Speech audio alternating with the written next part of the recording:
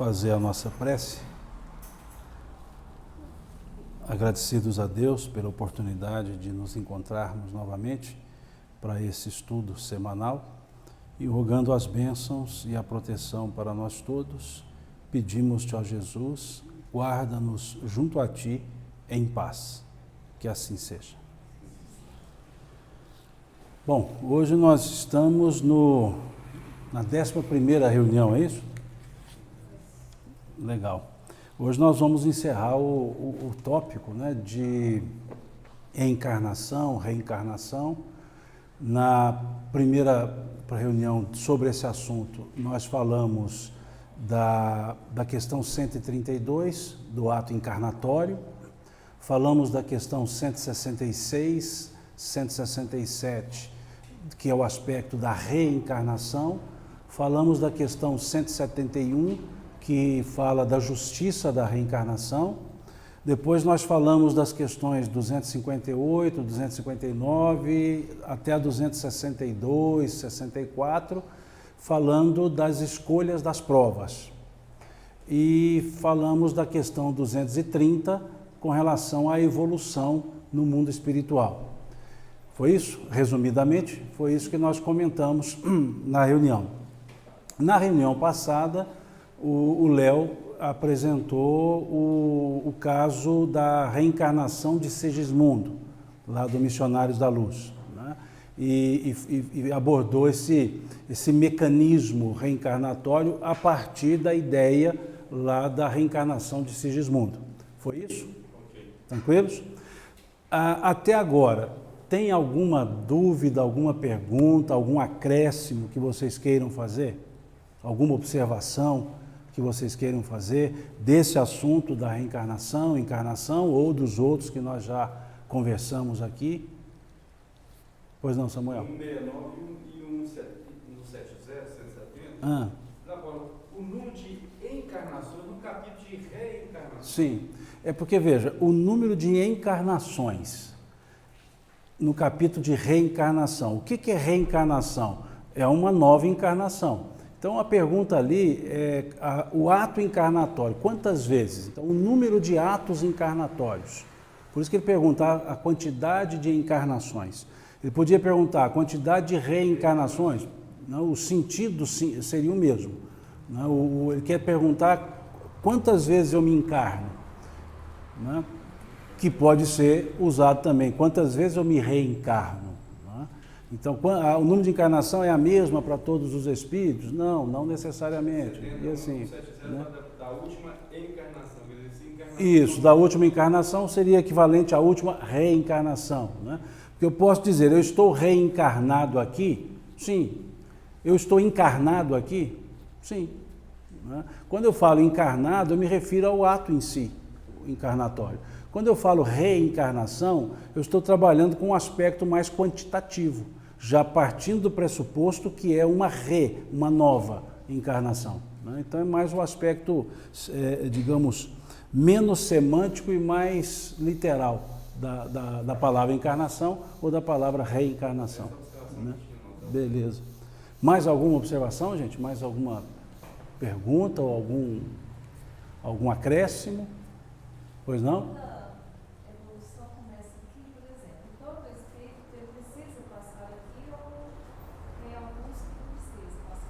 Não necessariamente. Eu vou repetir a pergunta porque, como está gravando e a gente está disponibilizando no canal, então vou repetindo as perguntas, tá? Ela pondera se a encarnação na Terra ela é necessária, né? Obrigatória. Não necessariamente. Sim, não necessariamente. Tá? A encarnação na Terra é uma necessidade da natureza espiritual. Mas não quer dizer que todos os espíritos tenham que reencarnar na Terra. O espírito pode desenvolver-se, evoluir em outros mundos sem sequer passar pela Terra, né? Nós que estamos aqui na Terra, acabamos que trazemos para nós uma ideia de que o planeta é único, né, no universo. Na verdade, nós estamos num dos planetas de provas e expiações, num dos mundos de prova e expiação. E a elaboração primitiva, se nós olharmos a questão 607A, nós vamos ver que eles comentam sobre isso. Eles vão trabalhar a seguinte ideia. Quando ele pergunta sobre o princípio inteligente, ele diz assim: poder-se-ia considerar a alma como tendo sido o princípio inteligente dos seres inferiores? Aí eles disseram: já não dissemos que tudo se encadeia na natureza e tende para a unidade? É nesses seres que estáis longe de conhecer inteiramente que o princípio inteligente se elabora, se individualiza pouco a pouco e ensaia para a vida. É, de certo modo, um trabalho preparatório como o da germinação, por efeito do qual o princípio inteligente sofre uma transformação e se torna espírito. É então que começa para o espírito o período de humanização, e com ele a consciência do seu futuro, a distinção entre o bem e o mal, a responsabilidade dos seus atos, do mesmo modo que à infância sucede o período da adolescência, depois da juventude e finalmente o da natureza. Aí pergunta na 607b, esse período de humanização começa na Terra? Ele diz: a Terra não é o ponto de partida da primeira encarnação humana. Geralmente o período de humanização começa em mundos ainda mais inferiores. Isto, entretanto, não é regra absoluta, pois pode acontecer que um espírito, desde o seu início humano, esteja apto a viver na Terra. Esse caso não é frequente, seria antes uma exceção. Então a gente vê nesse grupo das questões 607, 607A, 607B, que deixa bem claro esses aspectos, né? E nós até conversamos, se não me falha a memória, numa dessas reuniões, deixa eu só ver aqui.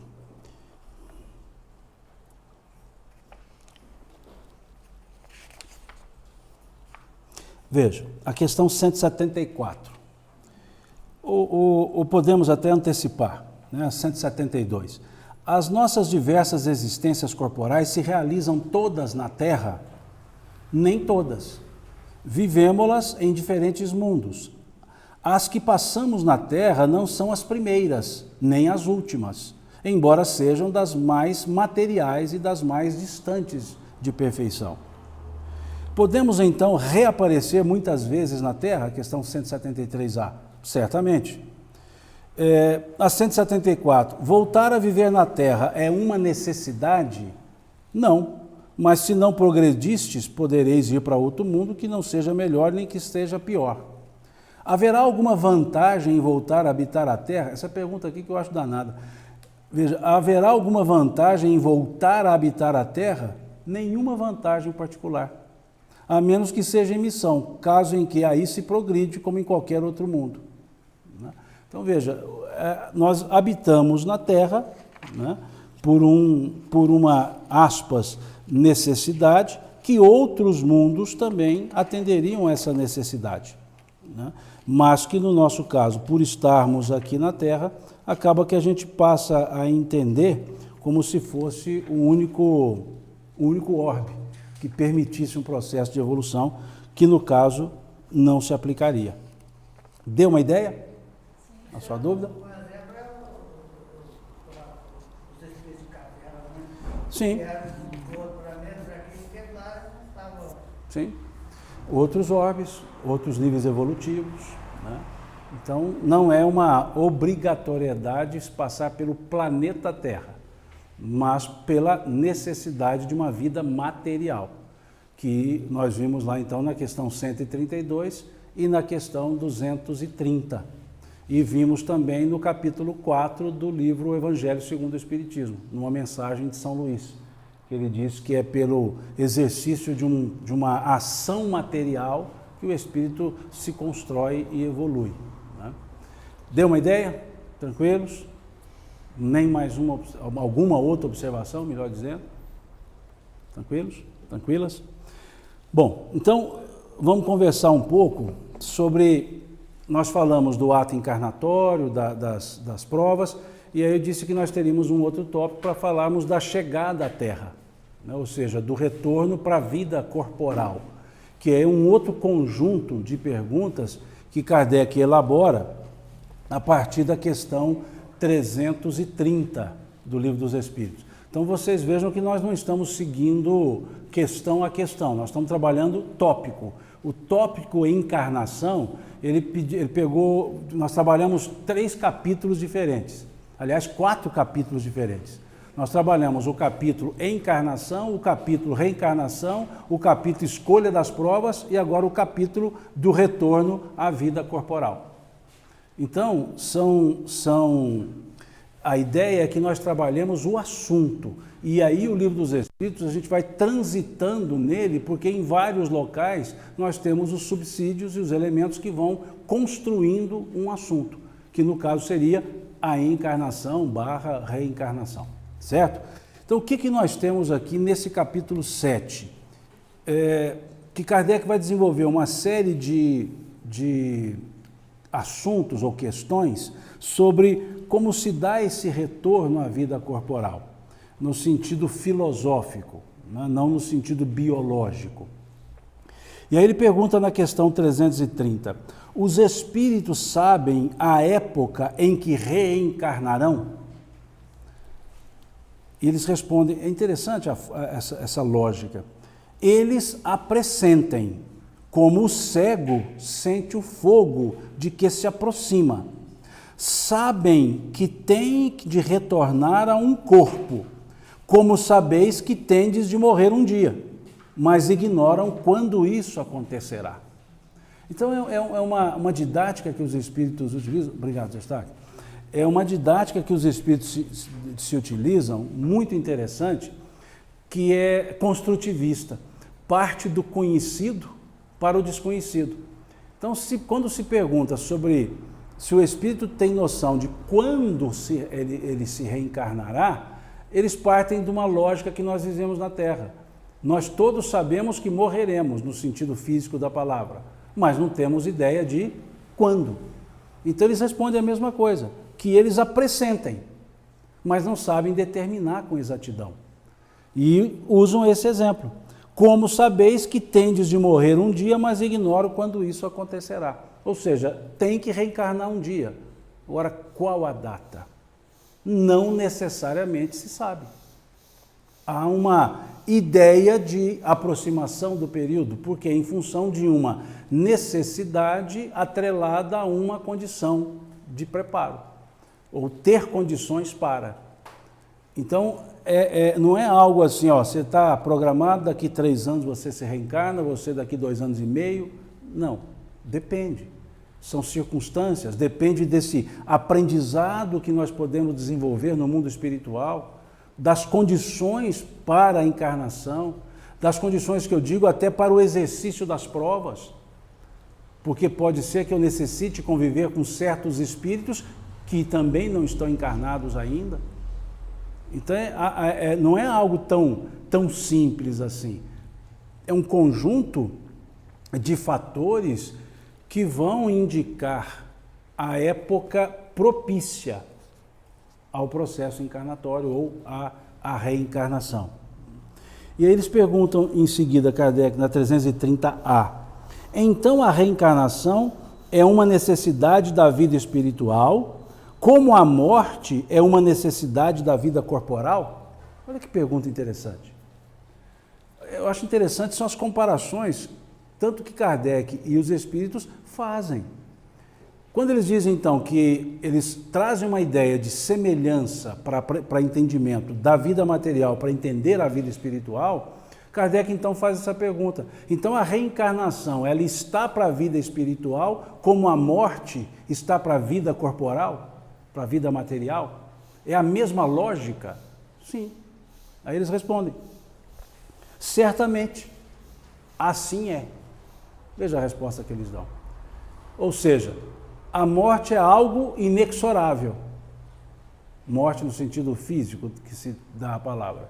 A reencarnação é inexorável. Faz parte do processo. Faz parte do processo evolutivo. Faz parte da nossa necessidade. E aí Kardec, então, ele faz a pergunta começando a pergunta com uma partícula conclusiva.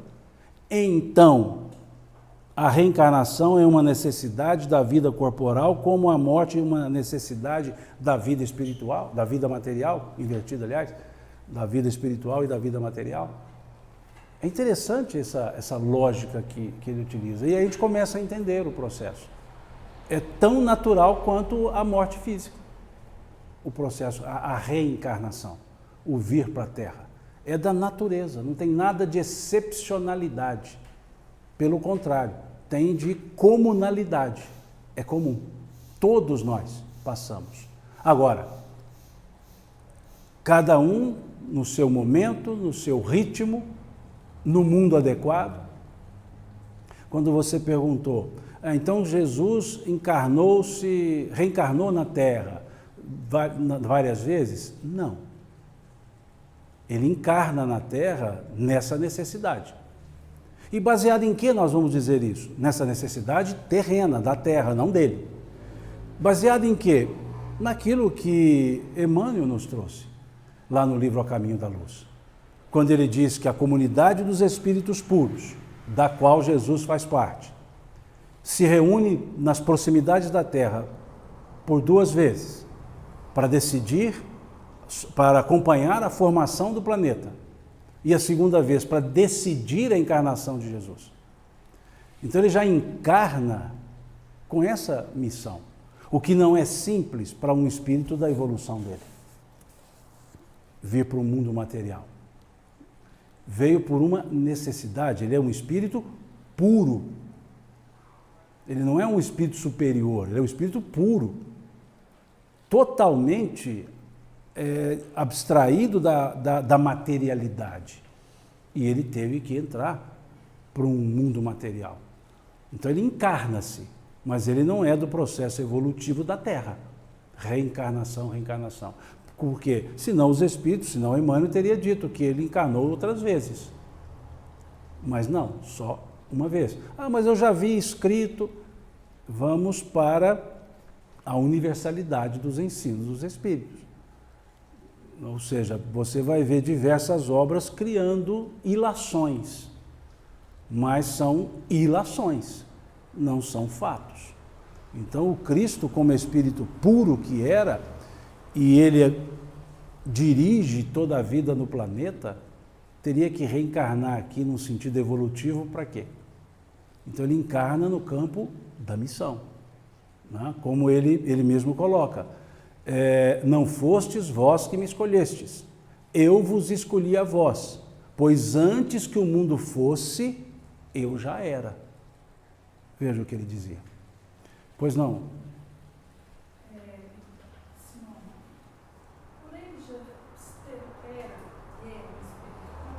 Quando ele reencarnou, esse processo de reencarnação dele aqui, levou muito tempo, porque eu já vi pessoas falando que ele é puro, e até que ele tem que descer e tal. Como é que é isso? Veja, você pondera se o tempo de preparação de Jesus para encarnar teria sido longo. Quaisquer respostas que nós dermos são ilações, são conjecções. Por quê? Uns vão dizer, não, um espírito puro, como o Eustáquio colocou, está regredindo. Não, um espírito puro vai ter que se densificar. Quem pode o mais, pode o menos. Então também eu posso dizer, pode não ter demorado nada esse processo. Porque quem pode o mais, pode o menos. Se um impuro se purificar, eu diria que levaria muito tempo. Mas um processo, um espírito puro para coordenar um elemento material, um ser que aplacava ventos, aplacava tempestades, reconstituía elementos físicos de um corpo, andava sobre águas, transfigurava-se, tinha total domínio sobre a matéria. Não entra no campo de auras, é a questão da evolução. Veja, ele manipulava fluidos, ele conhecia a matéria, ele conhecia as leis da matéria. Então, A gente ouve muito essas conversas, né? você disse certo, a gente ouve muita conversa. Eu pensava exatamente isso que você falou, mas há tantas conversas as respostas sempre mais corretas são as mais simples. Uma vez perguntaram para Chico, o que aconteceu com o corpo de Jesus? Ele só respondeu assim, ele desintegrou por vontade própria, uai. Ou seja, Jesus desintegra o corpo. Ele manipulava os fluidos. Ou não manipulava? Um ser que caminha sobre as águas, contrariando as leis da matéria, aspas, contrariando, ou seja, ele estava além dos nossos conhecimentos. Como ele dizia, se tiverdes fé, podereis fazer as coisas que eu faço e até mais. O detalhe é conhecer como fazer. E a gente percebe que esse elemento vai constituindo uma ação de outros também. Vamos pegar o exemplo de Pedro. Ele não afunda por falta de fé? Homem de pequena fé, afundando. Começou a caminhar sobre as águas, afundou. Ele não nega por uma falta de consistência de fé, como ele mesmo disse, Senhor, não te abandonarei, irei até a morte se preciso for. E Jesus diz para ele, Pedro, Pedro, os espíritos das trevas querem fazer-te dobrar como o vento dobra o trigo. Mas eu orei ao Pai para que a tua fé não desfaleça. E te digo mais, hoje ainda, antes que o galo cante, negar-me-ás 3 vezes.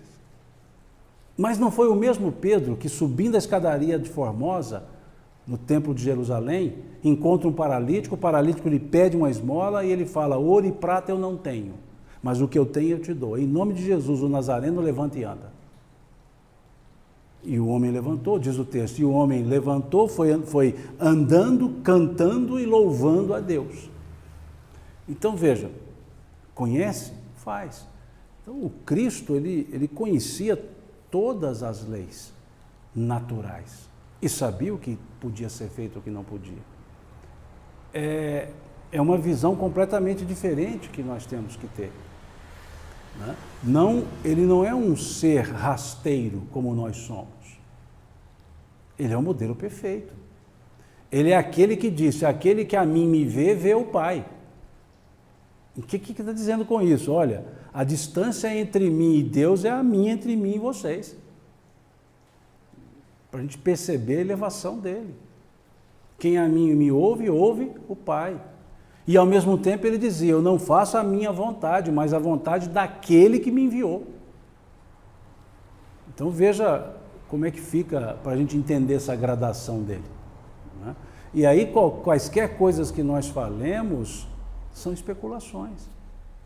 Puras e simples especulações. Ah, eu penso assim. Não, por lógica é assim. De um ser que nós não conhecemos a sua envergadura. Imagina se nós pudéssemos conhecer essa envergadura.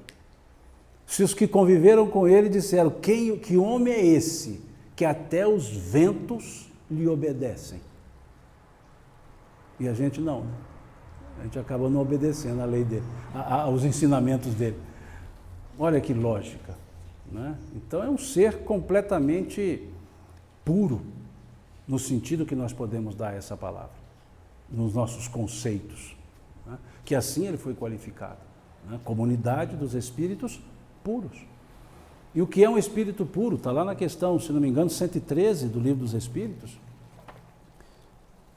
Vejam o que é a característica dos espíritos puros, ou as características dos espíritos puros.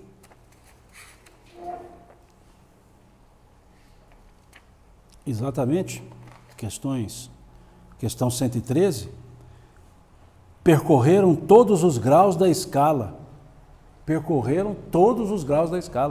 e se despojaram de todas as impurezas da matéria. Tendo alcançado a soma de perfeição de que é suscetível a criatura, não tem que sofrer mais provas, nem expiações, não estando mais sujeitos às reencarnações em corpos perecíveis, realizam a vida eterna no seio de Deus. Como gozam de inalterável felicidade, porque não estão sujeitos nem às necessidades, nem às vicissitudes da vida material. Essa felicidade, porém, não é da ociosidade monótona, vivida em perpétua contemplação. Veja, então aqui dá para ter uma ideia, mais ou menos, né? O que é um espírito puro. a característica dos espíritos puros, por assim dizer. Claro que tem mais de 3 divisões dos espíritos, perfeito, bons e puros e acima de puros. Vamos lá. O Eustáquio pondera que há várias divisões, né? Veja só, Kardec nos propõe essas divisões da questão 100 à questão 113. E ele separa em 3 ordens, que são divididas em escalas, que são 10 escalas. Os espíritos imperfeitos, ele divide em 4 escalas. Os espíritos superiores, em 5 escalas. Os espíritos superiores, eles dividem em 4 escalas. E os espíritos puros, 1 escala. Então, são 10 escalas, dos imperfeitos aos puros, passando pelos zombeteiros, neutros, e aí vai, né? Para se ter uma ideia, bons espíritos é a ordem, segunda ordem. Bons espíritos, ele coloca 4 escalas. Espíritos sábios, benevolentes, sábios, de sabedoria e superiores. Coloca 4 escalas. Todos são bons espíritos. A ordem segunda é bons espíritos. A ordem terceira, espíritos imperfeitos. A ordem primeira, espíritos puros. E veja que entre os bons, 4. Benevolentes, inclinam-se mais para as questões da benevolência, da caridade, etc. Sábios, inclinam-se mais para as questões do conhecimento. De sabedoria, entende a junção desses dois elementos, inteligência, ou seja, intelectual e benevolência. E os espíritos superiores incorporam tudo isso e aplicam. Veja. E todos são bons, mas olha a escala entre eles. E a primeira ordem, que ele chama de espíritos puros, escala única. Não há uma diferença. Porque se é puro, é puro. Veja, então, e Kardec, veja só, isso não quer dizer que ele encerrou todas as possibilidades. Ele coloca na questão 100 uma proposta. Se essa escala didática daria uma condição para entendermos a evolução dos espíritos. Os espíritos disseram, do vosso ponto de vista, sim, ou seja, tem N outras possibilidades. Mas ele propôs essas 10 como uma proposta didática, não como encerrando quaisquer outras possibilidades, né? Então veja como é que ele propõe aqui, ó. A questão número 100 não é uma pergunta. Ele faz uma dissertação para falar da escala espírita, a questão número 100. E aí depois, então, ele propõe, né? Ele diz, ó, essa divisão, ó, os espíritos admitem geralmente 3 categorias principais, ou 3 grandes divisões. Na última, a que fica na parte inferior da escala, estão os espíritos imperfeitos, caracterizados pela predominância da matéria sobre o espírito e pela propensão ao mal. Os da segunda se caracterizam pela predominância do espírito sobre a matéria e pelo desejo do bem, são os espíritos bons. E a primeira, finalmente, compreende os espíritos puros, os que atingiram o grau supremo de perfeição. Essa divisão, veja ele escrevendo, nos parece perfeitamente racional e com caracteres bem delimitados. Só nos restava destacar, mediante um número suficiente de subdivisões, as principais nuances do conjunto. Foi o que fizemos com o concurso dos espíritos, cujas benévolas instruções jamais nos faltaram. E aí ele faz a proposta, então, dessa escala, né? Muito didática, por sinal, né? Deu uma ideia, Zé Eustáquio? Clareou? Então, vamos para frente. Mais alguma observação? Então, vamos seguir. Nessa lógica, então, da encarnação, ou do retorno à vida corporal, a questão 333, Kardec faz uma pergunta. Se um espírito se considerasse bastante feliz, numa condição mediana entre os espíritos errantes, e não ambicionasse elevar-se, poderia prolongar indefinidamente esse estado, ou seja, ficar ali na maciota, né? Sem fazer mal, sem fazer bem, tranquilo. Tipo assim, vivendo uma sexta-feira, né? Que ainda não é o fim de semana e não é uma semana puxada ainda, né? Sexta tarde, sexta noite. Aí eles respondem, indefinidamente não. Que a pergunta é, eles poderiam ficar assim indefinidamente? Indefinidamente não. Cedo ou tarde, o espírito sente a necessidade de progredir. Todos têm que se elevar. Esse é o destino de todos. Veja que interessante da resposta. Cedo ou tarde, o espírito sente a necessidade de progredir. Por quê? Porque é parte da nossa constituição espiritual a evolução. É o que nós já estudamos lá na questão 122, 114, 115. É um determinismo. Nós somos seres para a evolução. Quando? Depende. Mas a evolução é um determinismo. Questão 133 do Livro dos Espíritos. Todas essas questões demonstram isso, que é um caráter de evolução. 132, que falou da encarnação. Então, vejam, são elementos necessários. Então, a evolução é a nossa perfectibilidade, que nós falamos, se não me engano, na primeira ou segunda reunião que nós tivemos. E aí entende bem essa pergunta. Cedo ou tarde, o espírito sente a necessidade de progredir. Faz parte, a gente sente essa necessidade. Isso acontece com os encarnados. Exatamente. A gente chega um momento que a gente sente uma necessidade de melhorar. Não é? Veja, é como, uma comparação muito rasa, mas é como um analfabeto. Chega um momento que ele sente uma necessidade de ler e escrever. E ele vai procurar. Não interessa a idade que ele tiver. Ele vai querer saber. E se a gente disser, se ele perceber que pode aprender, vai juntar a necessidade com a consciência da possibilidade. E aí vem o quê? O esforço dele.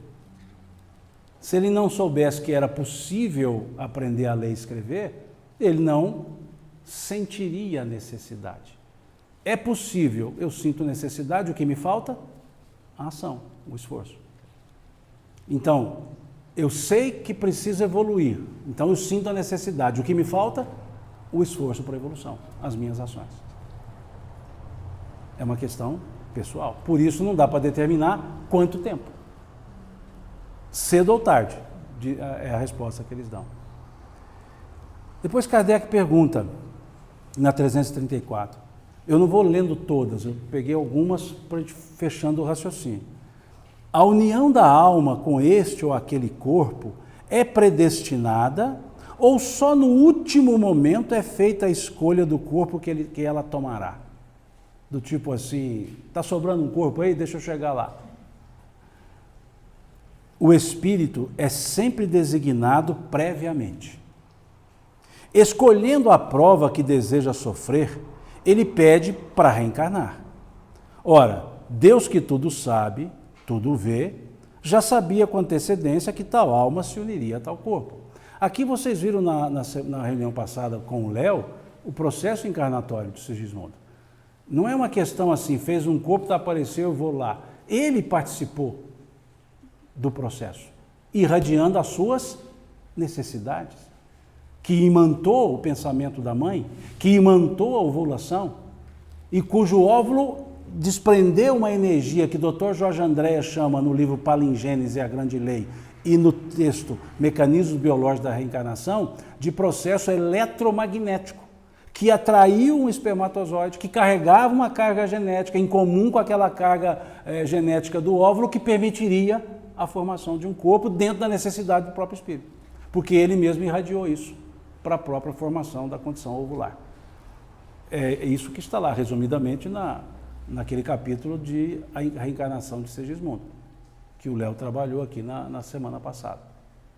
Então, digamos que o corpo ele é adredemente preparado, ou seja, intencionalmente preparado.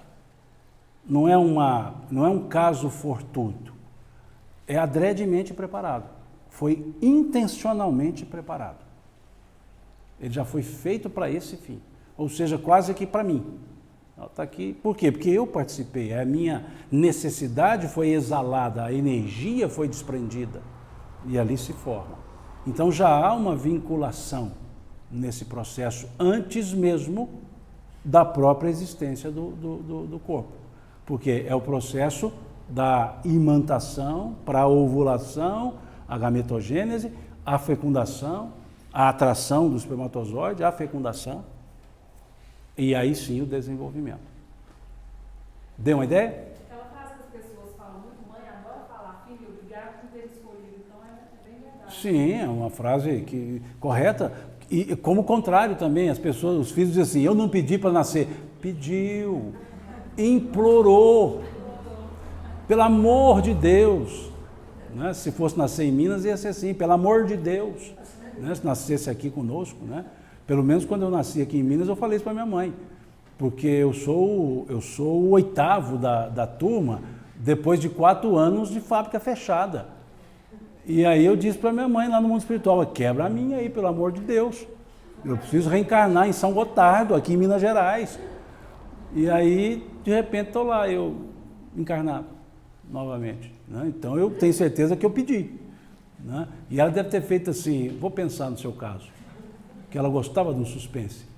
Simão, como que fica a reencarnação no caso dessas gravidezes que não são planejadas, que são assim...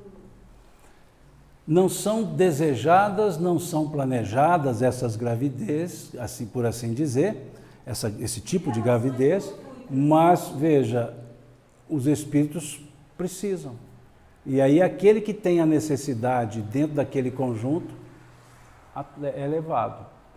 Nós temos que observar, Silvana, o seguinte, as nossas provas não necessariamente são com pessoas, são com circunstâncias, que podem ter sido com pessoas determinadas que seria interessante estar com elas, ou outras pessoas que estejam nas mesmas situações provacionais e que propiciaram o processo para eu estar aqui exercendo a prova.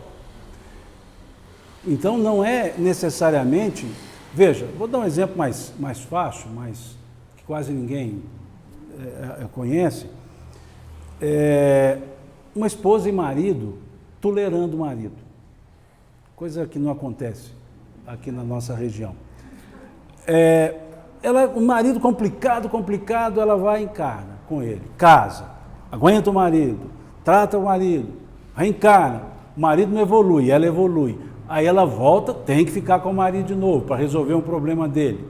Daí a pouco ela evoluiu mais um pouquinho, ele ainda não, tem que voltar para estar com ele de novo. Bom, então quem está sendo provado não é ele, é ela, que já evoluiu. Ah, mas agora ela vem para amá-lo. Tá bom, ela veio para amá-lo e amou e fez tudo certinho. Vai ter que voltar de novo para quê? Ele vai achar uma outra do mesmo nível, com as mesmas necessidades. E aquela vai progredir. Eu estou do exemplo esposa porque tem mais mulheres aqui do que homens, porque na verdade isso acontece muito com maridos. Vejam, então a gente tem que perceber esse aspecto, porque senão fica uma coisa muito batida, de mim para com o outro. Não, é de mim para com uma situação que pode envolver um outro determinado, ou um outro que propicia as condições para isso, quer dizer, uma outra pessoa, um outro espírito. Eu achava que ficava até conseguindo levar. Não seria uma punição para quem já evoluiu? Não é? Porque senão vem aqueles casos assim, não, mas é porque ela viveu muito tempo, porque essa é uma história que o pessoal conta muito no meio espírita, que uma senhora casou-se, uma vida difícil, ali tolerou o marido, aguentou, foi até o fim, desencarnaram os dois. Aí no mundo espiritual diz para a senhora, olha, só vai reencarnar. Ela falou, vou sim, o seu marido também vai. Ele no Japão, a senhora e eu lá no Brasil, não, vocês dois vão encarnar e vão se casar de novo.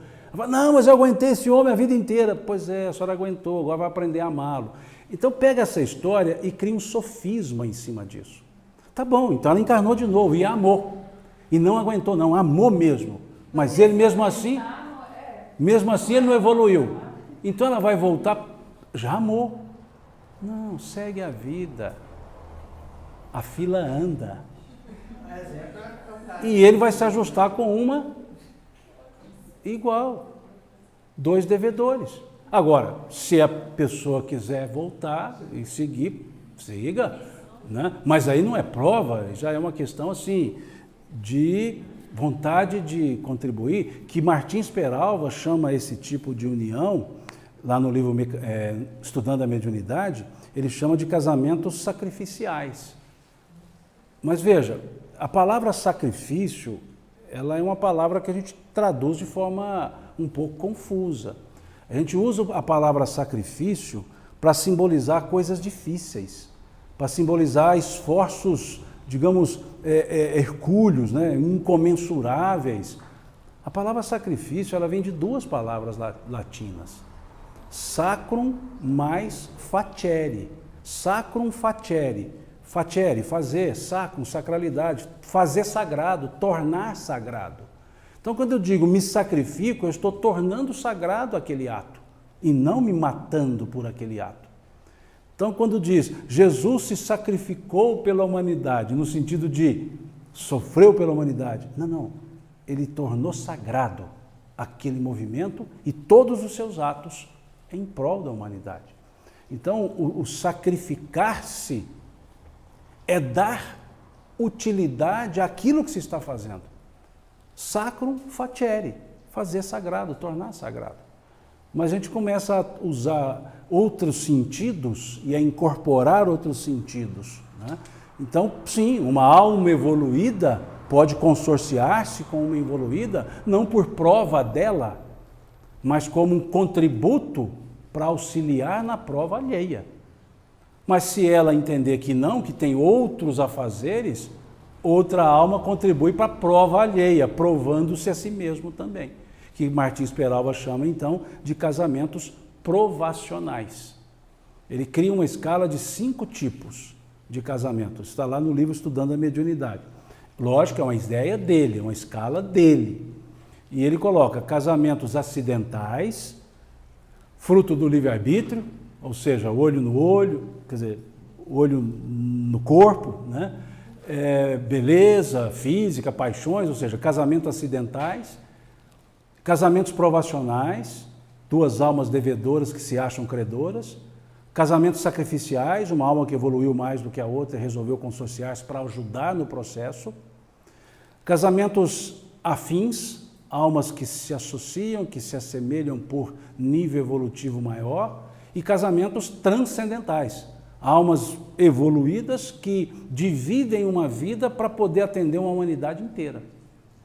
Então ele coloca essa escala, que é uma proposta, óbvio, né, dele, uma didática dele, mas que vai demonstrando bem essas características. Então, muitas vezes nós achamos que estamos nos reencontrando porque depende um do outro no sentido de causei a ele ou ela a mim, ou ele a mim. Não, causamos os dois à lei do amor, ao respeito, e os dois vamos resgatar isso. Convivendo, com laços prévios ou sem laços prévios. Por isso que o advérbio utilizado pelos Espíritos no capítulo 5 do Evangelho segundo o Espiritismo é frequentemente e não constantemente. O espírito frequentemente renasce no meio em que já viveu. Eles não usaram o advérbio constantemente, usaram frequentemente, ou seja, em maior quantidade de vezes nos reencontramos, em algumas vezes nos encontramos, porque temos afinidade naquele grupo de provas. Qual é a referência que fala dos casamentos? O livro Estudando a Mediunidade, Martins Peralva. O capítulo chama Casamento, Vida em Família. Aproveitando a pergunta, Silvana, a concepção do filho vinda do estupro, uma coisa... Vamos chegar lá. Faz parte do processo. Não quer dizer que faz parte do processo alguém ser estuprado, não é isso não. Eu digo do processo encarnatório daquele espírito, o nascimento, certo? O estupro é um grave atentado contra a integridade humana, tanto pelas leis humanas como leis divinas. Não é uma questão, tinha que ser. Não, tinha que ser, não. Houve. por uma situação que contribuiria para as provas, mas não necessariamente precisava ser daquela forma. Porque senão nós criamos um estado assim, a vítima, no sentido humano da palavra, nunca será vítima. Não, houve uma agressão à integridade. Agora, o ser que está por reencarnar é apartado daquele ato, mas aquele tipo de concepção, no seu histórico, contribui. Tem um porquê para ele. Por que foi aquele espírito e não outro? Agora, o ato em si é uma agressão de alguém para com o outro. Não é? É a agressão de alguém para com o outro. Eu já ouvi uma psicóloga falando a respeito disso, dessas gravidezes por estupro, né? E ela falando que essa mãe não tem direito, tem o direito de não amar essa criança porque ela não foi desejada, não foi desejada, foi fruto de uma violência, né? Sim. Então, essa opinião dela está É, errada. veja. A minha opinião é que sim. Sim, veja, observa o seguinte, ela tem o direito de não amar. Nós temos o direito de fazer qualquer coisa. Nós temos o direito de não fazer nada. O que tem que avaliar é, o amor ele é o quê? Ele é fruto de um desejo puro e simples de reciprocidade ou ele é um sentimento divino independentemente de quem seja? Então aí é onde nós temos que avaliar. Veja, nós já dissemos aqui, acho que não nesses estudos, mas nas palestras da casa, nós temos o amor eros, amor storge, amor phileo, amor ágape, são todos, cada palavra grega simboliza amor, todas elas. Só que o que é o amor eros? É um amor de apaixonamento, de desejo, de querer. É o que Camões chamava, é um não querer mais que bem querer, lá no seu poema Cântico ao Amor. É o amor eros, é o amor do epitélio, a sensação. O amor storge é o amor de família. É aquele amor de um grupo. Esse é o meu grupo. O que é o amor filial? É o amor da amizade, que não tem mais limite consanguíneo, limite de reciprocidade. Veja a palavra filantropia, vem de fileo. É esse amor da caridade. Esse, veja, independe. E o amor ágape é o amor divino. É aquele amor da esfera da espiritualidade, do puro. É o amor de Deus, digamos assim. Então veja, quando diz tem o direito de não amar, se a pessoa está no nível ágape, ela ama. Acho que até impossível ela não amar, né? Percebeu? Então a questão é que nós reduzimos a palavra amor vários sentidos. Nós damos à palavra amor, muitas vezes, aquilo que nós tínhamos que chamar só de apaixonamento, e nós chamamos amor. Então é preciso a gente perceber esse aspecto. E o nosso amor, mais ou menos, a ideia humana, ele é mais sensação do que sentimento. O amor materno é sentimento. Vamos pensar, se ele não é um sentimento exclusivista, só para os meus filhos. Não, mas eu amo os outros menos que os meus. Veja. Então, é um amor um tanto egoísta? É. Mas é um amor pleno, mas é egoísta, porque ele é direcionado. Agora, o amor maior, o amor ágape, se vai ser filho, se não vai ser filho, ama o próprio filho, ama o filho alheio, ama o desconhecido, ama ama, acabou. Então, eu entendo a fala que você pondera da psicóloga, porque é uma visão terrena. Quando eu digo terrena, no sentido rasteiro, horizontal, é muito terra-água, e não terra-ar. Quando se fala num amor transcendente, imagina Jesus à cruz, com os seus algozes, e ele dizendo, perdoa-lhes, eles não sabem o que fazem. Então ele tinha o direito de não amar essas pessoas. E ele amava essas pessoas que estavam pregando seu braço, pregando sua perna, colocando espinhos, açoitando, e ele amava essas pessoas.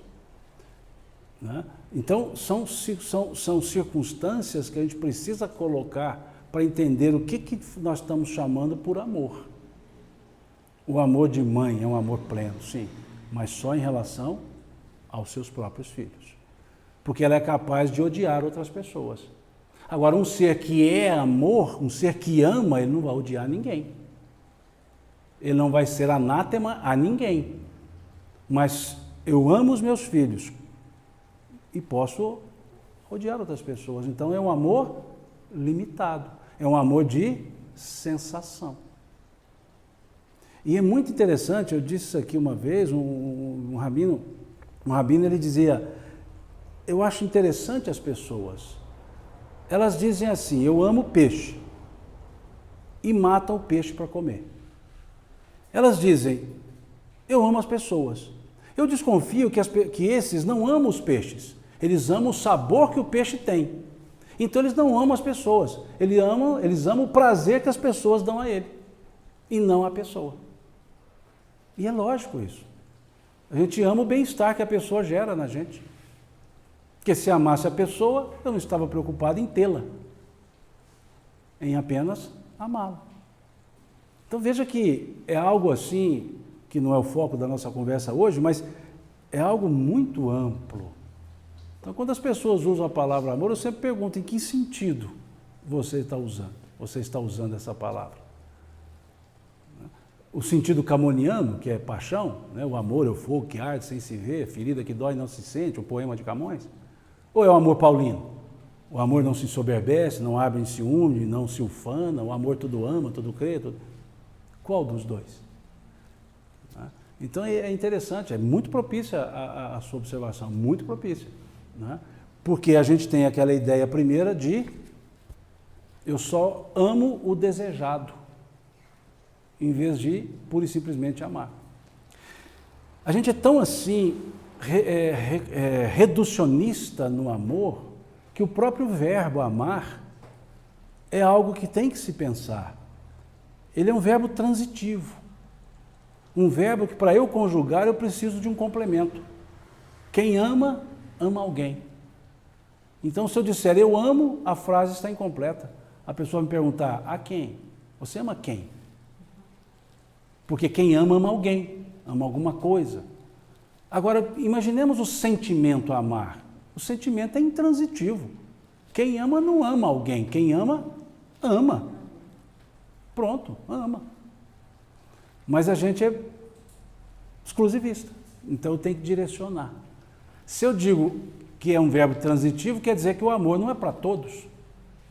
O amor é só para quem eu interessar a dirigir.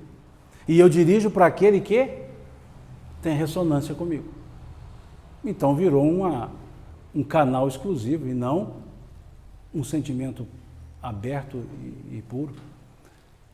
Não dá para entender com esse sentimento exclusivo, não dá para entender amai os vossos inimigos, que Jesus havia sugerido. E Kardec muito bem explica isso lá no Evangelho segundo o Espiritismo. Deu uma ideia? Legal? Bom, e aí sigamos. O espírito pode escolher o corpo que deve encarnar ou somente o gênero de vida que lhe servirá de prova? Pode também escolher o corpo, pois as imperfeições desse corpo representam provas que o auxiliarão a progredir se vencer os obstáculos que encontrar. Lógico, pelo que vocês viram na última reunião, encarnação do Segismundo, dá para entender que, de fato, sim, ele escolhe o corpo, né? Salvo as compulsoriedades reencarnatórias, mas, em regra, escolhe sim. A 337. A união do espírito a determinado corpo pode ser imposta por Deus? É o que eu disse das compulsoriedades. Ele diz, pode ser imposta, do mesmo modo que as diferentes provas, sobretudo quando o espírito ainda não está apto a escolher com conhecimento de causa. Por expiação, o espírito pode ser constrangido a se unir ao corpo de determinada criança, que pelo seu nascimento e pela posição que vem a ocupar no mundo, poderá tornar-se para ele um instrumento de castigo. Castigo não no sentido de vou punir, no sentido expiatório, consequência natural, um nível mais profundo da consequência por atos deletérios, por atos não bons. Não no sentido de Deus, vou castigá-lo, não. Porque senão Deus teria um sentimento um tanto de reciprocidade, né? E aí deixaria de ser Deus, com esse sentimento de reciprocidade punitiva. Então a própria lei natural, a consequência, a reação já é o elemento expiatório. Quanto maior a gravidade do ato, maior a consequência do próprio ato, ou seja, o aspecto expiatório, né? Depois ele pergunta na 339, o momento da encarnação é acompanhado de perturbação semelhante a que o espírito experimenta ao desencarnar? Eles respondem, muito maior. E aqui eles são assim bem humorados. E sobretudo mais longa. Pela morte o espírito sai da escravidão, pelo nascimento entra para ela. Né? São bem irônicos aqui no sentido assim, culto da palavra. Né? Pela morte você sai da escravidão, pelo nascimento você entra nela. Imagina, você está indo para o mundo espiritual, você está voltando para casa. Você está vindo para reencarnar, você está saindo de casa. Então, se a gente tem medo de morrer, isso não desesperar. Já pensou? Pensar assim, Senhora de Deus, tem que encarnar. Deve dar um frio e tal. Eu li uma vez uma revista filosófica do filósofo Maurício de Souza, chamada Turma do Penadinho, lá na revista no almanaque da Turma da Mônica. E aí tem lá o Penadinho, né? Tem lá a Múmia, né? Tem lá o Cranícola, e aí o Cranícola é só o crânio, né? E aí está passando o Penadinho perto do Cranícola e ele faz bu, e aí o Penadinho assusta e fala assim, quase reencarnei de susto. Eu quase me reencarnei de susto. Né? Então, é a mesma lógica. E olha que é a turma do Penadinho. Né? Agora, imagina a realidade. Então, sim, veja, os espíritos respondem. Né? Pela morte, o espírito sai da escravidão. Pelo nascimento, entra para ela. Imagina, você está lá tranquilo, olhando assim, e fala, agora tem que ir. Né? Né? Pede, mas do tipo assim, igual pede para morrer, né? Fala, deixa para frente, né? Tem gente que fala assim, né? Pede para frente. Tem uma música sertaneja que fala isso, né? Ele fala assim, como é que é a letra da música? Eu vou beber veneno porque ela não me quer. Eu vou beber veneno, pinga com café. Pinga eu bebo à noite, café de manhã cedo. Os dois ao mesmo tempo, Deus me livre, eu tenho medo. E quer morrer. Né? Ou seja, quer, mas não quer. Né? Vai arrumando desculpa. Esse é o Ginigeno que canta essa música sertaneja, caipira. Né? Também é cultura. O universitário eu ainda estou pesquisando para ver se é cultura ainda. Estou pesquisando. Tranquilo até aqui? Tranquilos? Tranquilas? 344. Aqui ele vai trabalhar agora o tópico da união da alma com o corpo. Em que momento a alma se une ao corpo? Aí eles respondem, a união começa na concepção, mas só se completa no momento do nascimento. Desde o instante da concepção, o espírito designado para habitar certo corpo, a este se liga por um laço fluídico que cada vez mais se vai apertando até o instante em que a criança vê a luz. O grito que então escapa de seus lábios anuncia que ela se conta no número dos, aspas, vivos dos servos de Deus. Aqui é interessante essa pergunta porque na primeira edição do Livro dos Espíritos, que é a edição que tinha somente 501 perguntas, essa pergunta aqui recebe o número 84. E lá na questão 84, ele pergunta justamente isso. Em que momento a alma se une ao corpo? E a resposta dada foi no nascimento. A segunda edição, que é esse o Livro dos Espíritos que a gente estuda, que é o de 1019 perguntas, porque Kardec fala até que não seria uma segunda edição, seria quase que um outro livro, porque ele mais do que dobrou o número de perguntas, ele faz essa pergunta na 344. E aí, dada a primeira resposta à questão 84 da primeira edição, os espíritos já fazem uma explicação mais bem trabalhada. Porque a resposta foi no nascimento. Isso levaria à conjectura que antes do nascimento não teria união. E aí eles elaboram a resposta depois. E dizem, a união começa na concepção, mas só se completa no nascimento. Aí sim, ficou claro. Quando nasce, está completo. Mas não é ainda 100%. Mas quando concebe, já começa a união. E aí ele vai continuar essa pergunta. Veja. Desde o instante da concepção, o espírito designado para habitar certo corpo, a este se liga por um laço fluídico, que cada vez mais se vai apertando. E aí nós vamos desdobrar, porque tem mais questões para esse aspecto. A questão 351, que vai dentro do que você observou. No intervalo que vai da concepção ao nascimento, o espírito desfruta de todas as suas faculdades? Mais ou menos, conforme a época, porque ainda não está encarnado, mas apenas ligado. A partir do instante da concepção, o espírito começa a ser tomado de perturbação, que o adverte de que chegou o momento de começar nova existência. Essa perturbação vai crescendo até o nascimento. É lógico isso. Totalmente no mundo espiritual. Vai para o mundo material, quanto mais se materializa, mais perturbação no sentido da transição espírito-matéria. E ele segue. Nesse intervalo, ou seja, entre a concepção e o nascimento, nesse intervalo, seu estado é mais ou menos o de um espírito encarnado durante o sono do corpo. Eles utilizam mais uma vez a ideia, partir do conhecido para o desconhecido. Então, como é que é mais ou menos o desdobramento pelo sono? É como se fosse um processo semelhante a um processo encarnatório.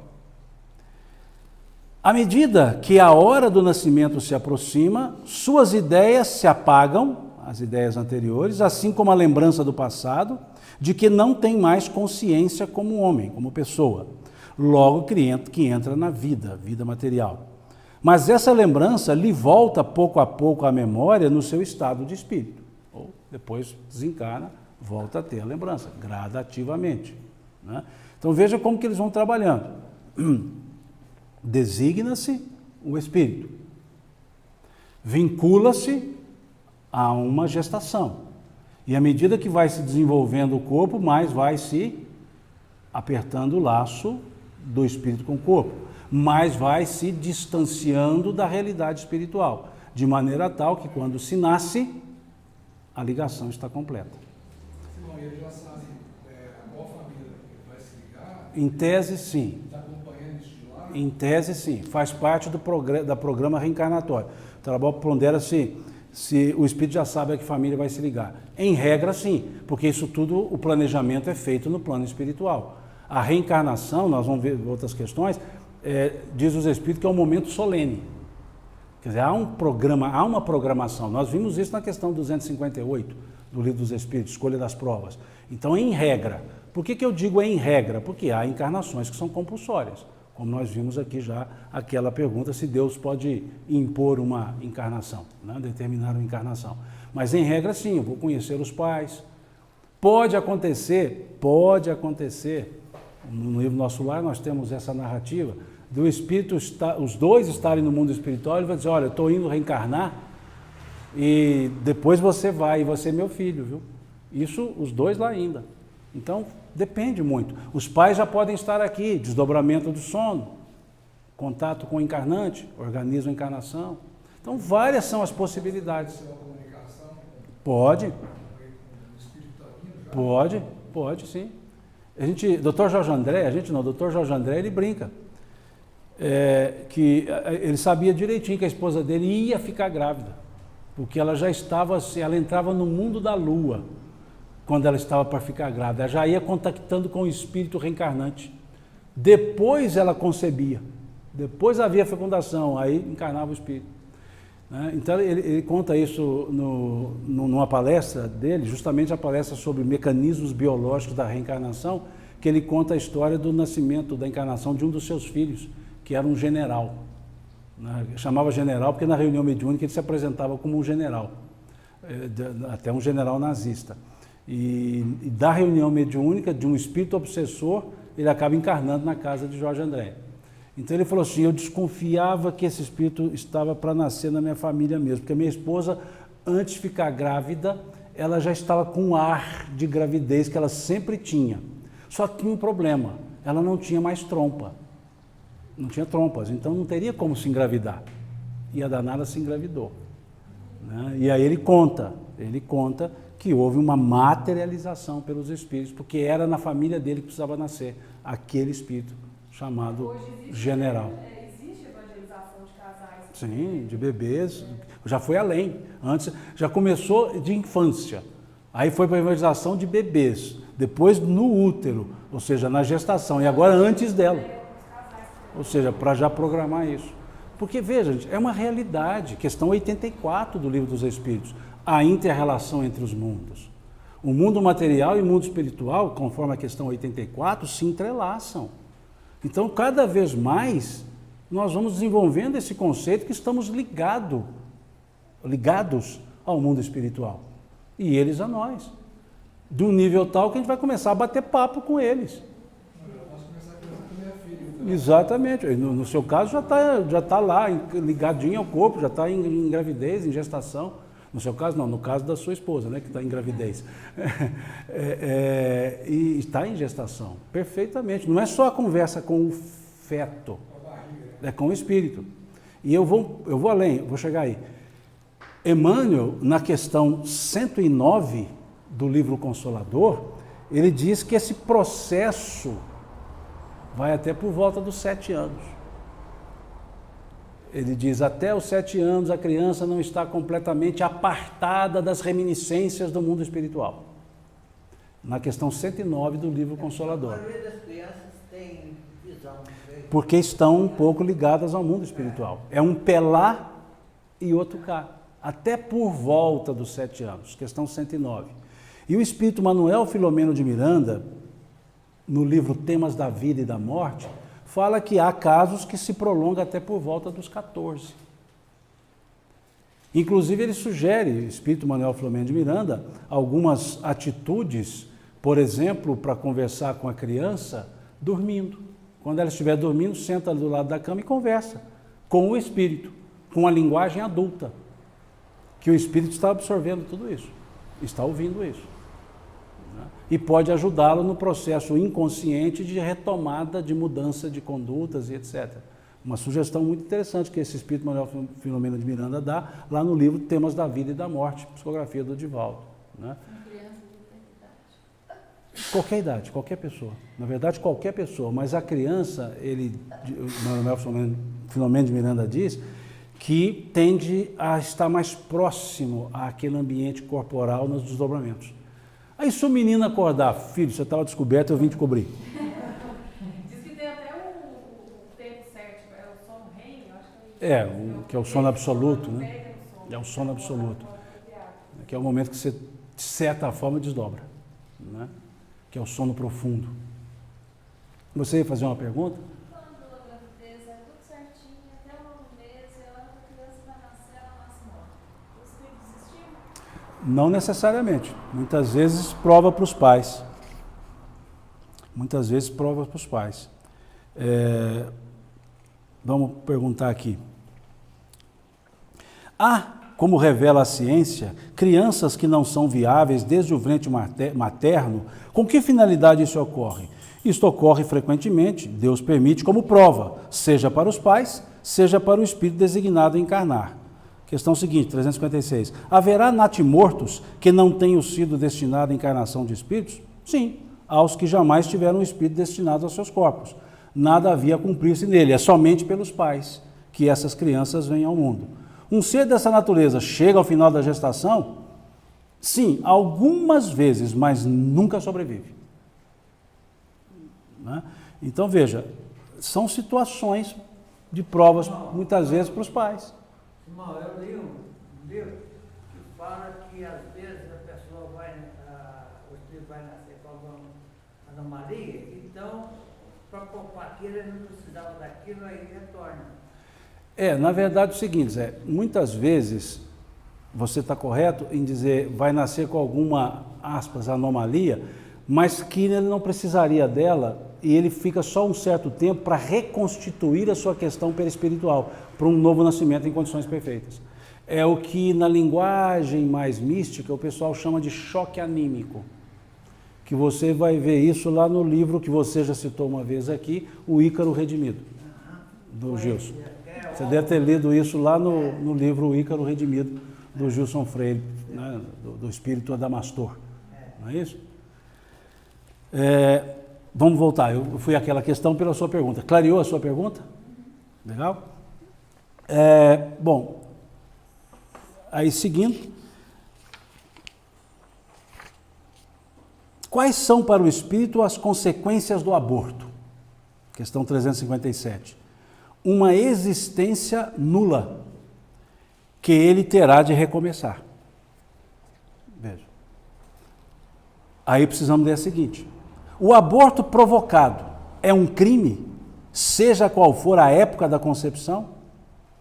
A resposta: há crime, toda vez que transgredis a lei de Deus. Uma mãe ou qualquer outra pessoa cometerá crime sempre que tirar a vida de uma criança antes do nascimento, pois está impedindo uma alma de suportar as provas de que serviria de instrumento o corpo que estava se formando. É como que, na verdade, está abortando, não é um feto, está abortando uma programação reencarnatória inteira. É como se eu tivesse decidido a vida de outra pessoa. E, na verdade, como não? Estou decidindo por não permiti-la chegar. Então, veja que os espíritos trabalham.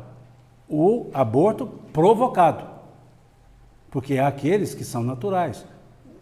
O espírito desiste, sim. Há esses que podem acontecer, naturais.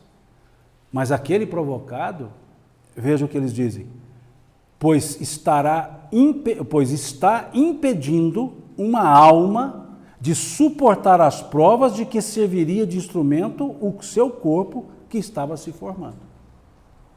Então, a doutrina espírita ela não comunga com a ideia do aborto. Não é uma questão de autodeterminação. Eu tenho direito à autodeterminação do meu corpo. Não, há um outro corpo ali. Há um outro espírito ali. E aquele outro espírito precisa nascer. E ele, precisando nascer para desenvolver a sua evolução, suas provas, está sendo proibido. Por deliberação de outra pessoa. Então, é algo delicado. Há uma circunstância que se possa permitir? Pode. Sim, que é a questão 359. No caso em que o nascimento da criança pusesse em perigo a vida da mãe dela, haverá crime em sacrificar a criança para salvar a mãe? É preferível sacrificar o ser que ainda não existe, entre aspas, a sacrificar o que já existe. Então, nesse caso, o que acontece? Preserve-se a matriz, ou seja, a matriz reencarnatória, porque pode voltar esse espírito depois. Então, o único caso é quando põe em risco a integridade da mãe, a integridade física, no sentido vida material. Quaisquer outros, não. Por mais doloroso que seja. O Código nosso de leis penal permite, mediante autorização judicial, o aborto pelo estupro. Mas isso é o Código de Leis Humanas. Pelo prisma da espiritualidade, nem esse caso, porque está se decidindo uma vida alheia, cuja forma conceptiva não é desejável, é criminosa, mas o ser não é fruto do crime. Entendeu? A lógica que os espíritos utilizam é isso, não é puritanismo, não é isso. Mas é uma questão que precisa transcender, é um assunto delicado, mas precisa transcender as questões materiais. Para dizer assim, esse ser que está por vir não é meu, é um espírito apartado de mim. Eu sou um espírito, ele é outro. E o único meio que ele tem para chegar à Terra é aqui. E eu estou cortando isso. Se depois, dentro do que você coloca, que a psicóloga ponderou, se vai amar ou não, é um direito ou não, bom, aí é outro assunto também. Mas a questão daquele espírito que está por encarnar, quem somos nós para cercear esse direito de nascer? Né? E quando há, naqueles casos que a mãe, por um amor, assim, ela pede para dar a preferência, como se diz, para o filho, que às vezes ela está numa situação de saúde muito grave, e ela dá, como que fica? Nem a legislação permite isso. É quase que entendido como isso. Né? Então, a gente entende bem esse aspecto. Né? Agora, há casos que não tem como salvar a mãe. Há casos que sim, e quando há, se é um ou outro, os Espíritos dizem, preferível sacrificar o que ainda não existe a sacrificar o que já existe. Questão 359. Por isso que eu digo, são assuntos delicadíssimos. Que mãe que não daria a vida pelo filho? Não conheço. Né? Pode existir, aí não é mãe, é progenitora. Né? Que pai que não daria a vida pelos seus filhos? Mas tem situação que não está nas mãos. Né? Não é aquele... Porque sacrificar-se em prol de outro é um ato, aspas, heróico, espiritualmente falando, inclusive. Não há dúvida nenhuma nisso. Pois não. Ela tinha levantado a mão primeiro? Segundo a visão da doutrina espírita, qual seria a punição no caso de um aborto provocado? Vejam, é interessante sua pergunta. Qual que seria, na visão espírita, a punição por um aborto provocado? Eu vou dilatar um pouco isso. Não é só para aborto provocado. Vamos trabalhar só a palavra punição. Não existe penas determinadas. Tudo depende das circunstâncias e da condição daquele que praticou o ato, do entendimento que tinha sobre ele. Isso está no artigo 11 do capítulo 7 do livro Céu e Inferno, Código Penal da Vida Futura. Lá no artigo 11 diz que toda falta tem punição, mas as punições não são as mesmas. De sorte, escrevem eles, que uma mesma falta praticada por pessoas diferentes tem expiações diferentes em função da agravante ou da atenuante que gerou o fato. Então, tudo é uma questão de consciência. E a mesma coisa, eu vou além, não é utópico, mas a mesma coisa é com relação ao suicídio. As penas, por assim dizer, não são as mesmas. Vai ser assim, assim, assado. Não. Na questão 957 do Livro dos Espíritos, pergunta-se quais são, em geral, as consequências do suicídio para o espírito. E os espíritos respondem, em geral, as consequências são várias, pois dependem das circunstâncias. A única consequência da qual ele não se furtará é a de se ver vivo. Então a gente tem o hábito de querer estabelecer um código de punição, uma tabelinha de punição. Abortou, vai nascer assim. Suicidou, vai... Não. Pode ser assim. Pode ser também de outro jeito. Né? Então, a gente não pode criar uma tabela. E eles até, né, nessa questão do suicídio, que serve de analogia, veja o que fala a questão 957. Quais são, em geral, em relação ao estado do espírito, as consequências do suicídio? As consequências do suicídio são muito diversas. Não há penas fixadas. E em todos os casos são sempre relativas às causas que o produziram. Há, porém, uma consequência a qual o suicida nunca pode escapar: o desapontamento de se ver vivo. Ademais, a sorte não é a mesma para todos, depende das circunstâncias. Alguns espiam sua falta imediatamente, outros em nova existência, que poderá ser pior do que aquela que interromperam. Eu ia perguntar isso agora, em uma mesma encarnação é possível você espiar um erro que você fez? Sim, sim. Para que esperar a próxima se eu posso resolver isso agora? Não no caso do suicídio, né? Que aí o imediato que ele fala é assim, já entra no mundo espiritual com as consequências. Aí pode ser perdoado. Né? Não é o perdoado, é gerar as condições para que a prova ou a expiação gere utilidade. Porque de que utilidade tem sofrer por sofrer, se não se entende e se não se aprende?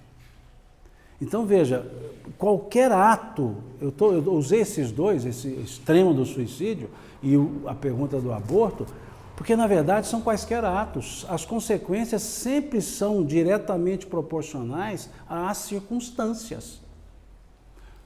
Uma circunstância de, sei lá, um suicídio num alto grau depressivo.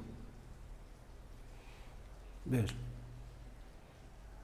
é diferente de um total racionalidade, de um que sabe da consequência, que sabe da vida após a morte, que sabe, e do outro que é materialista, que acha que tudo acaba. Não são circunstâncias distintas? Tudo tem consequência, não há dúvida, mas tem um elemento para ser avaliado, que eles chamam no artigo 11, lá do capítulo 7 do Céu e Inferno, atenuantes e agravantes. Raul Teixeira conta um caso de um amigo dele, que espírita, muito consciente, palestrante e muito estudioso e tal, mas que quando falava em assunto de morte, ele falava assim, muda o assunto. Não, vamos mudar de assunto, esse assunto é meio pesado. E um dia Raul disse que perguntou a ele, ô Flávio, você, espírita, consciente, crê, sabe da imortalidade, sabe da realidade espiritual, você tem medo de morrer? Eu falei, não tem medo não. Mas por que você, toda vez que falamos em morte, você pede para mudar do assunto? Eu falei, não, eu não tenho medo, eu tenho vergonha. Tenho vergonha de morrer. Porque olha, Raul, morre um católico que aprendeu que o pecado é esse, eu vou lá, faço a confissão, me perdoa e vai para o céu. E ele vai. Ele acaba de morrer e vai para o céu. Que é isso que ele tinha aprendido. E ele fez aquilo que aprendeu. Era ir lá, ir à missa, confessar, ele fez isso. Então ele vai. Morre um protestante e ele leu a Bíblia, ele deu o dízimo, ele fez o bem. Bom, ele vai. Porque é isso que ele aprendeu. Agora, eu sei que tem muito mais coisa para fazer. E se eu morrer, eu não vou de jeito nenhum. Agravante, atenuante, agravante, atenuante. Então, isso tem que se ponderar muito.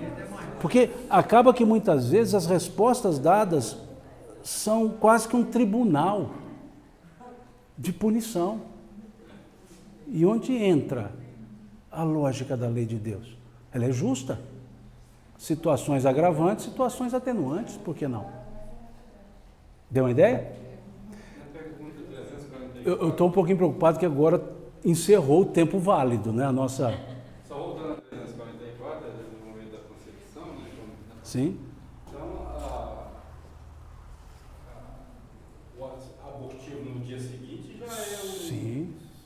Concebeu, já há uma ligação. Veja, a ideia do aborto não é uma questão de feto, é uma questão de interrupção da possibilidade de um espírito exercer sua prova aqui na Terra.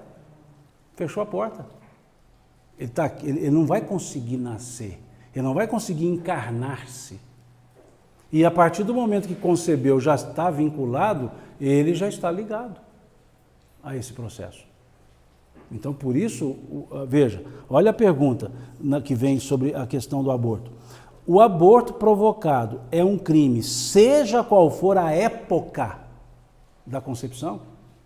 Se está no início, se está no meio, se está no fim do processo? Por quê? Porque está se impedindo uma alma de suportar as provas na vida material. É muito lógico, é muito tranquilo isso, não é puritanismo. Não é religiosismo, é uma premissa. Eu estou aqui, eu preciso vir para cá para eu desenvolver-me. E cortaram essa possibilidade. Alguém deliberou. Aquilo que a lei de Deus estabeleceu, alguém quer deliberar. Que é a lei evolutiva. É nesse sentido que se trabalha. Então não há nada de puritanismo, não há nada de frieza com relação ao sentimento alheio. Não, é em respeito ao sentimento alheio. Alheio quem? O espírito reencarnante, que está sendo ali cerceado. Essa é a lógica. Silvana, você fazer uma observação? Tem a ver com isso. Qual a posição, então, em relação ao DIU? Porque Depende, não faço a mínima ideia.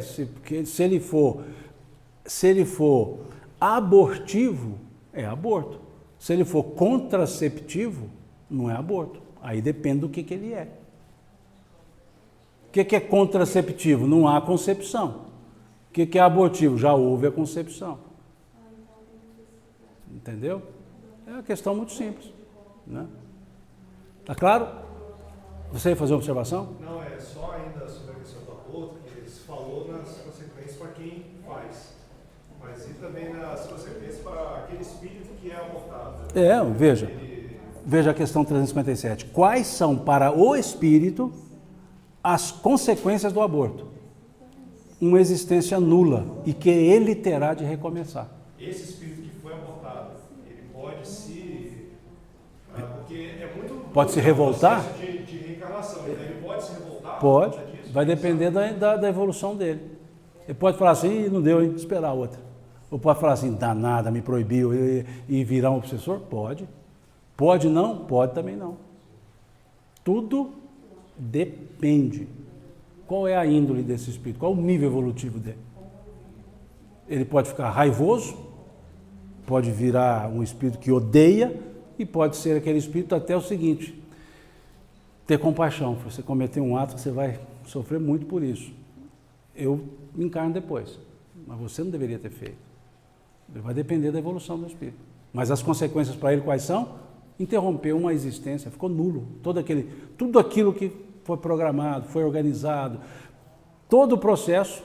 Veja, não há todo um processo no mundo espiritual, com restrangimento, já viram lá no nosso lar, viram do Sigismundo, todo um processo, esse espírito passa por uma fase preparatória, uma fase de adequação perispiritual, né? Vamos numa linguagem assim bem rasteira, ele tem que diminuir, só para fins de didático, né? Veja todo esse trabalho, um processo fecundativo, adequação genética daqueles conjuntos gametogênicos, tudo, para depois cortar isso? Um caso de expiação só para a mãe. Mas, veja, uma expiação provocada... Não, veja, aborto provocado. Existem os naturais. O próprio organismo não consegue levar à frente uma gestação, por questões provacionais da mãe, que atende à necessidade do espírito, que ele também deveria ficar só um pouquinho de tempo. Pode ser que aquele ser que estava encarnando ali, aquele espírito, não tinha vínculo nenhum com aquela mãe, mas precisava de um tempo de aproximação com a encarnação para esse, aspas, choque anímico, e ela precisava dessa prova. Aí depois ele desencarna ali, vai seguir seu caminho encarnando direitinho, e ela se organizou genesicamente e vem aquele que de fato tinha que vir. Gente, são N possibilidades. O que eu acho interessante são as respostas que tendem a restringir, a dizer, é só por causa disso. Isso é reduzir Deus demais. É querer colocar a lei de Deus num dedal, gente. Tem coisa demais, são várias as possibilidades, vários arranjos e rearranjos para a gente se limitar a dizer a consequência é essa. Não, a consequência pode ser essa, ou outras que eu nem faço ideia. Pronto. É um caso de per si. Tá claro? Deu uma ideia, gente?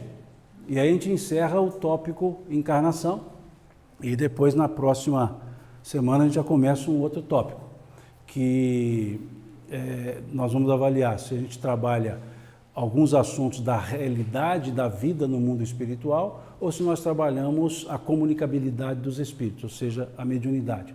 Eu ainda aí depois eu vou olhar se tem mais alguma coisa que seria interessante a gente ainda observar, né? Volto a dizer, não é um curso sequencial, questão a questão, são tópicos que nós chamamos de princípios fundamentais. Então a mediunidade é um fundamento, então a gente vai estudá-la também, né? E pode ser que a gente então avalie a vida espiritual para depois avaliar a questão da mediunidade, ou se não, direto à mediunidade. Está claro assim? Está tranquilo desse jeito, gente? Está fluindo bem? Está dando assim, está ficando claro? Se ainda tiver alguma dúvida, a gente encerra depois, se quiser perguntar, e a gente troca ideia, qualquer coisa, manda uma mensagenzinha, a gente tenta responder, tranquilo, tá certo? Então vamos encerrar, agradecidos a Deus por mais essa oportunidade e rogando-te, ó Deus, que nos abençoe, que as tuas bênçãos possam nos fortalecer e que a tua proteção se faça conosco, com os nossos familiares. E em relação a nós, que essa presença dos benfeitores possa ser sentida e possa nos animar a darmos sequência às nossas programações de vida. Pedimos, Senhor, que nos conforte, sustente, proteja e inspire-nos para que sigamos no nosso dia a dia a nossa programação reencarnatória. Jesus, te agradecemos por permitir termos acessos aos teus ensinos e trazê-los pessoalmente até nós quando de sua estada aqui na Terra. Pedimos-te a orientação, o esclarecimento, para que possamos melhor entender essa tua mensagem, que nos são mensagens de vida eterna.